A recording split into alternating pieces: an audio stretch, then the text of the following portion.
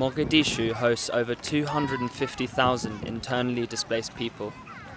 Many fled to the Somali capital during the famine that afflicted Somalia in 2011.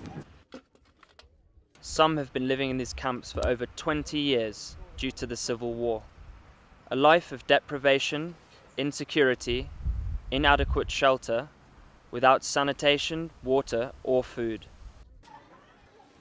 But for around 5,000 displaced families, life has changed. With common humanitarian funds, 14 UN agencies and non-governmental organizations work together with the government on the relocation of thousands of families to new sites.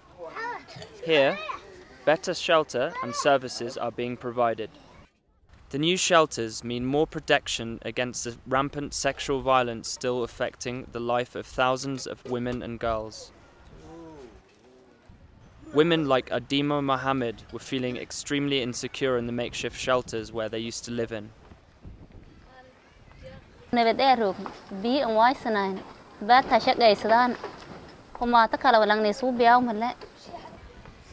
Women can finally lock their shelters at night.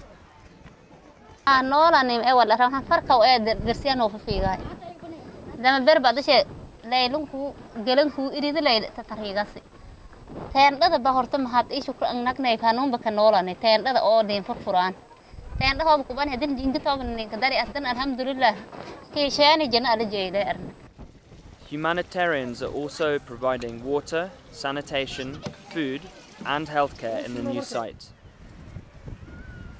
Kilian Kleinschmidt is the Deputy Humanitarian Coordinator for Somalia, who worked extremely hard in the last year in Mogadishu trying to make this project a reality. To, in a gradual way, in a voluntary way, to relocate the people who live in these incredibly bad, shocking conditions in many settlements, hundreds of settlements throughout the city, to bring them into new temporary settlements, which may stay there for some time, to actually bring them out of this state of substandard, that state of exploitation, that state of, quite often, unfortunately, abuse, including sexual abuse. Thousands more families will soon be hosted in these new sites. The level of abuse, the level of theft, the level of incredible suffering by the people we cannot even describe. But now, Mogadishu is rising from the ashes.